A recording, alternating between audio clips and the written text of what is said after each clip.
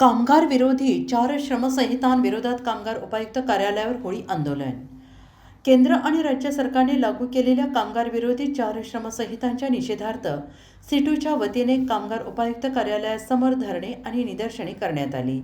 यावेळी नवीन कामगार कायद्यांची प्रतिकात्मक होळी करून सरकारच्या धोरणांचा तीव्र निषेध व्यक्त करण्यात आला। या आंदोलनादरम्यान कामगार विरोधी 4ही श्रमसंहिता तात्काळ रद्द करण्यात याव्यात या मागणीचे निवेदन कामगार उपायुक्त श्री संदीप पाटील यांना देण्यात आले।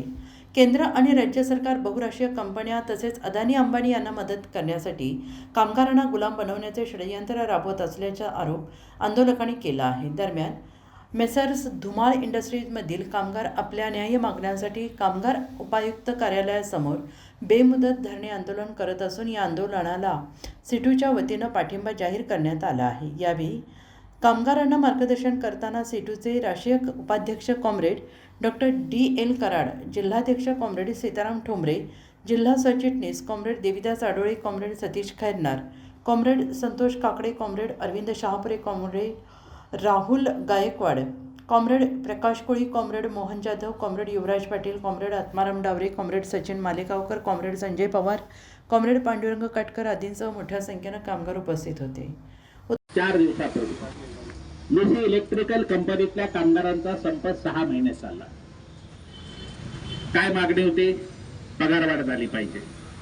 मागचा पगारवाढ झाली त्याच्यापेक्षा कमी पगारवाढ घ्या असं त्यांचं म्हणणं होतं। कंत्राटी पद्धतीबद्दलचा प्रश्न होता।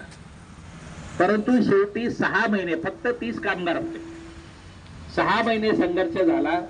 15,000 रुपयाची पगारवाढ, महागाई भत्ता, 20% बोनस, रजा, मेडिक्लेम अशा सगळ्या सुविधा करून त्यांचा तो करार झालेला आहे। तर त्याला आता 4 दिवसापूर्वी तो संप मिटून कामगार कामावर गेले।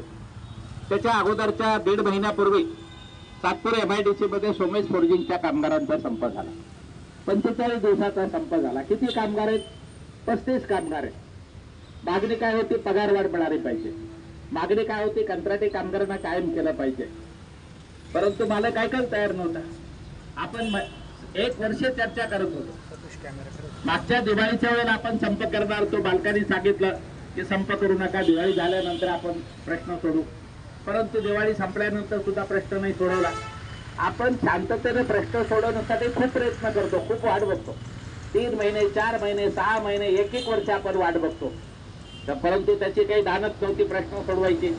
शेवटी संप केला। 45 दिवसानंतर 7 कंत्राटी कामगारांना कायम करण्यात